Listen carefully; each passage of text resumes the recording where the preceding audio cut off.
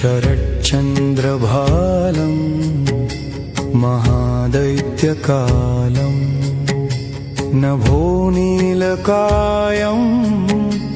दुरावारमायं